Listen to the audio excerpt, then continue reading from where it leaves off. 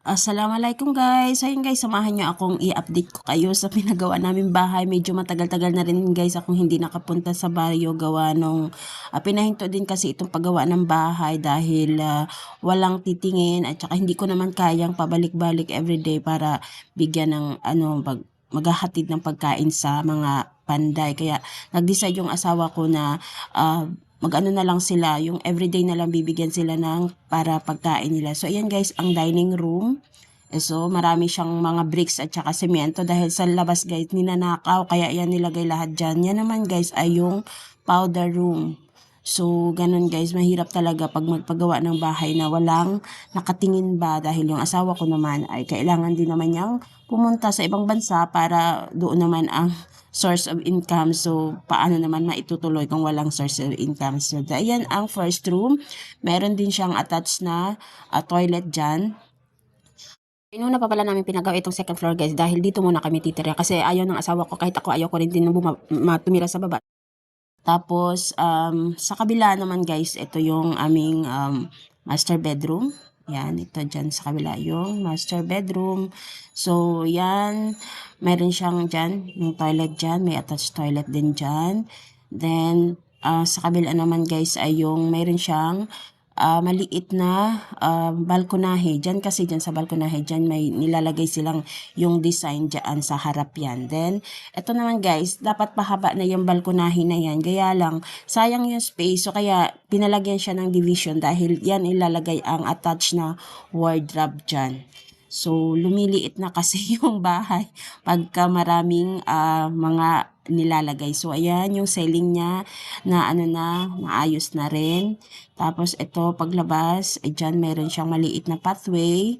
Then, papunta na yan sa kitchen. Yan na yung kitchen namin. Maliit lang to guys yung bahay namin. Pero, mas maigi na yung may sarili kami, di ba? So, ayan yung kitchen namin, guys. Akala ko nga malaki na itong kitchen. So, ayan yung kitchen namin, guys. Akala ko nga malaki na itong kitchen. Dahil, nilagyan kasi ng malaking powder room, kaya lumiit yung space. So, ayan, may maliit na balcony. So, dyan ko ilalagay yung aking washing machine kasi. So, ayan yung lababo. Sa may bintana, dyan yung lababo. At saka dyan din ilalagay yung oven at saka, hindi, tawag dito. Basta yung lutuan. Tapos, magkabilang side na yan ay lalagyan namin ng attached na cabinet. So, ito palang bricks guys ay binungkal ko to dahil marami siyang nakabaon sa lupa kasi nung nagpagawa kami ng bahay medyo umulan. So, nilagyan namin ng side na yan ng mga bricks para lagyan ng mga buhangin. So, bumaon siya. So, kailangan kong ihukay yan kasi marami din naman yan. Sayang din naman yan kapag hindi nahukay at saka maraming nagsiwalaan na mga bricks at saka mga gamit guys. Pati yung mga kabilya nagsiwalaan dahil nga walang nakatingin. Meron naman akong hipag doon kaya lang hindi naman sila alam mo na, yun yung sarili, maganda talaga yung nakatingin ay sariling, yung may-ari. So, gayon. So, yan, kapag umuwi kami, pagka Friday, Saturday, umuwi kami doon sa baryo para titingnan yung mga nangyayari. Pero, syempre, yung mga 5 days na nawala kami, so, maraming bagay na at maraming nangyayari.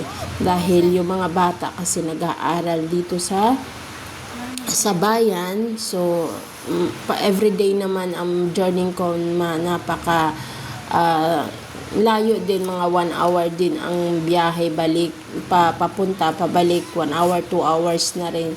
So, hindi ko kakayanin na everyday ako na pabalik-balik doon sa baryo para tingnan. So, kaya yung ginagawa namin pagka nakapunta kami ng Friday o Saturday, tinutulungan ako ng mga anak ko yung mga kabilya ng mga butal-butal, yung mga yung mga ritaso. So, tinatabi namin yon. Tapos, yung mga bricks. So, ayan, tinatabi namin. Tapos, ayan na guys, yung buhangin kasi mag-uumpisa ng mag-finishing sa taas, sa second floor. So, yan na ang update ng aming munting bahay guys. Ayan na, i-flooring na rin pala yung sa baba. Dahil dyan ilalagay kasi yung mga yung mga materialis na gagawin pang rooftop, pang third floor at saka second floor. Tapos etong baba, hihayaan lang muna namin itong naka open kasi pagka lilipat muna kami sa second floor, lilipat muna kami tapos gagawin yung nasa second floor.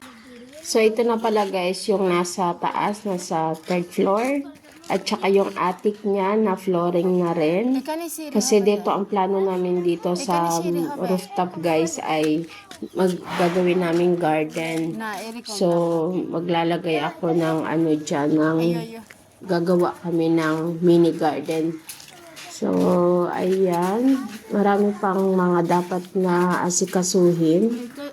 At saka pagka unti-unti dahil pagka nandoon na, pag nakalipat na kami, so slowly nang gagawin yung mga garden na yan, yung mga mini project na.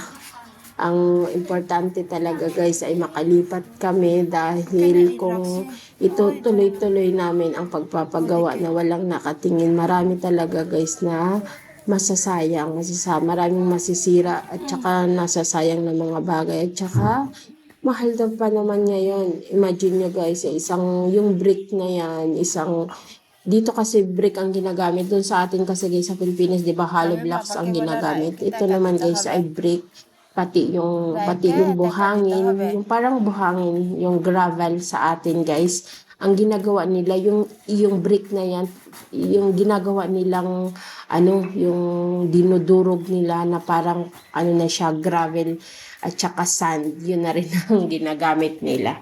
So ang isang peraso niyan guys ay nasa nasa 12 teka, parang ganon ang isang peraso. So sa ngayon nagsitaasan na lahat-lahat ng mga presyo, kaya maraming sayang talaga guys kapag itutuloy-tuloy namin na wala dito yung asawa ko.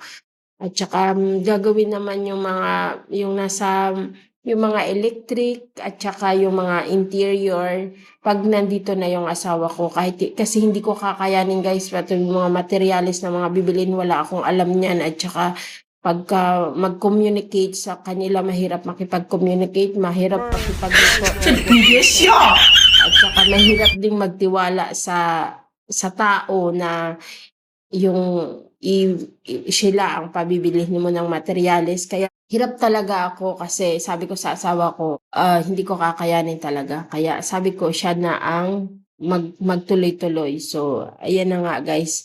At saka sa awa ng Diyos ay malapit na ring matapos. Susundan nyo na lang guys yung mga susunod na mga update dahil as of now medyo malapit na tayo sa katotohanan, malapit ng yung makikita yung form ng buong bahay. Kaya so sana sundan niyo po ako guys sa aking mga susunod na mga updates pagpagawa namin ng aming bahay. Thank you for watching guys.